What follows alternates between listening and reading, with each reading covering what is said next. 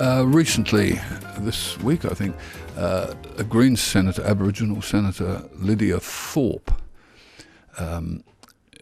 had to swear allegiance as a senator in the federal parliament, and she swore allegiance because she has to Her Majesty Queen Elizabeth II, and she said she added the word the coloniser, or the words the coloniser. I think many would imagine she had a good point there. Why do politicians have to swear allegiance to the Queen and not to the Australian people? Sandy Biar is the National Director and CEO of the Australian Republic Movement. Hello, Sandy. Good evening, Peter. Great to be with you. It's the Republic Movement now, isn't it? Not Republican Movement. That's right. Yeah, we wanted to be clear about what we're proposing and make sure that there's a bit of clean air between us and the US Republicans that sometimes do get us confused with. Yes, and who wants to be confused with them? Trump supporters. Now, currently, it's a schedule of the Australian Constitution, the oath that parliamentarians must swear before they start. And the oath is, I, for example, Myrtle McTwirtle, do swear that I'll be faithful and bear true allegiance to Her Majesty Queen Elizabeth II, her heirs and successors according to law, so help me God. Or you drop the God line if you're affirming. And so why are we swearing allegiance to Her Majesty Queen Elizabeth II, her heirs and successors, including, of course, Prince Andrew, who's the 9th most important Australian in the world, 9th in line to be our head of state, Sandy? Well, this is ridiculous. Well, it's absolutely ridiculous in the 21st century. I mean, particularly when you look at other parts of the Constitution as well, where it says, for instance, that members of Parliament are disqualified from holding a seat in Parliament if they have dual allegiance with other countries. And that provision was brought in because we wanted to know that our parliamentarians were going to unequivocally put Australia and its interests first. Yes. But then we've got a head of state who's the head of state of 15 countries. Yes. And then we ask our MPs who can't have dual allegiance to swear allegiance to that Queen, that foreign Queen. Who is not a citizen of Australia. Who is not a citizen and has her allegiance split across 15 countries. Yes. And if you're swearing, if you're being, if you're becoming an Australian citizen, you don't swear allegiance to the Queen. From this time forward, I pledge my loyalty to Australia and its people, whose democratic beliefs I share, whose rights and liberties I respect, and whose laws I will uphold and obey. Now, that's excellent. But why this is constitutional, because the Constitution is really all about the Queen and her heirs and successors, or about Queen Victoria, and her current successor is Queen Elizabeth.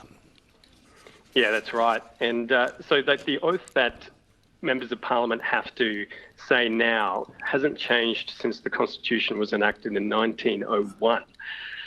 So we've still got an oath from a time when Australia was a colony of Britain. Yes. Our Constitution was written as a constitution for a British colony. And so this is still in the schedule from way back then, when, for instance, the British government could still intervene to overturn Australian laws. But over time, Australia's moved on. We've become an independent country. Well, we're not independent of the British monarchy, Sandy. That's right. The Queen can still refuse to sign any act of any Australian Parliament. Absolutely. Yeah, she is the most important Australian, and the most important Australian and her heirs and successors are not Australians. Yeah, and this really goes to the heart of it, because when we elect members to Parliament, we're all electing members to Parliament with one vote, one value. All of our votes count exactly the same. We're all equal under the law, except that this is all operating under a constitution that says one person is above everyone else, that they're above the law in many instances. And even in the UK, we've seen examples recently where, for instance, this old provision called Queen's Consent has been used to give exemptions from the law just to the Queen and her heirs and successors, rather than them being the laws of the UK being applied equally, to the royal family. So the whole idea of having a king or queen is that you've got one person who's above everyone else, and that sits really uncomfortably, I think, today with Australian democracy. The idea that we're all equal, we all have the same say, and we should have the same opportunities. A text is saying, Peter, the Queen was not the coloniser. Well, no, but in Australia, the Queen is the successor of the colonisers, and not only that, the Queen was the Queen when there were still colonial injustices. Look at the Mau Mau revolt in Kenya. The British government had to pay out many, many millions of pounds to compensate for the torture of the Mau Mau people in Kenya under the Queen's aegis. Sandy.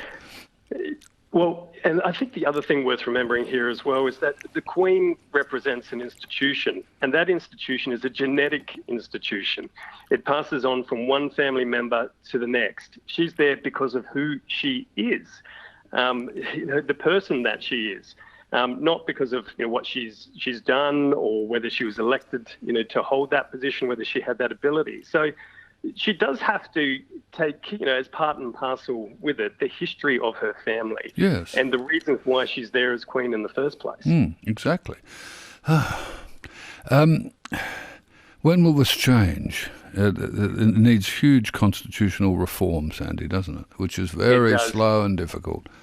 Yeah, look, we've earlier this year we announced our preferred reforms, what we would like to see changed to the Australian Constitution, and we were really buoyed recently by the appointment of Matt Thistlethwaite as the Minister for the Republic, and we've had a good opportunity to speak to him a number of times so far, and look forward to working with the federal government to try and put this back on the agenda over the next few years and raise awareness as well, because despite the fact that parliamentarians have to swear allegiance to the Queen, despite the fact that the Queen has such a central role in our Constitution, despite the fact that she's had that role for 70 years, the majority of Australians still don't know that she's actually our head of state. Of course she is. The Australian head of state. Everything in this country happens in her name.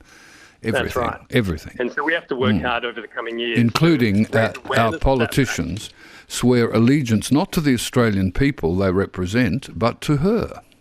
That's and right. her heirs and successors like Prince Andrew. Sandy, thanks for coming on. Sandy Biar, National Director and CEO of the Australian Republic Movement. And someone's saying someone's not happy with Senator Lydia Thorpe's disgusting antics, so-called. Fair enough. And someone else is saying once Charles gets in, we can change and get rid of them, which of course won't happen because I know the Australian people, and when the Queen dies, and I'm breaking the law now to contemplate the death of the monarch, laissez majesté, but the Australian people say, "Oh, poor old Charles.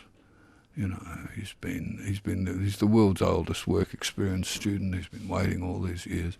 No, it would be disrespectful to the memory of our dear Queen to become a republic now.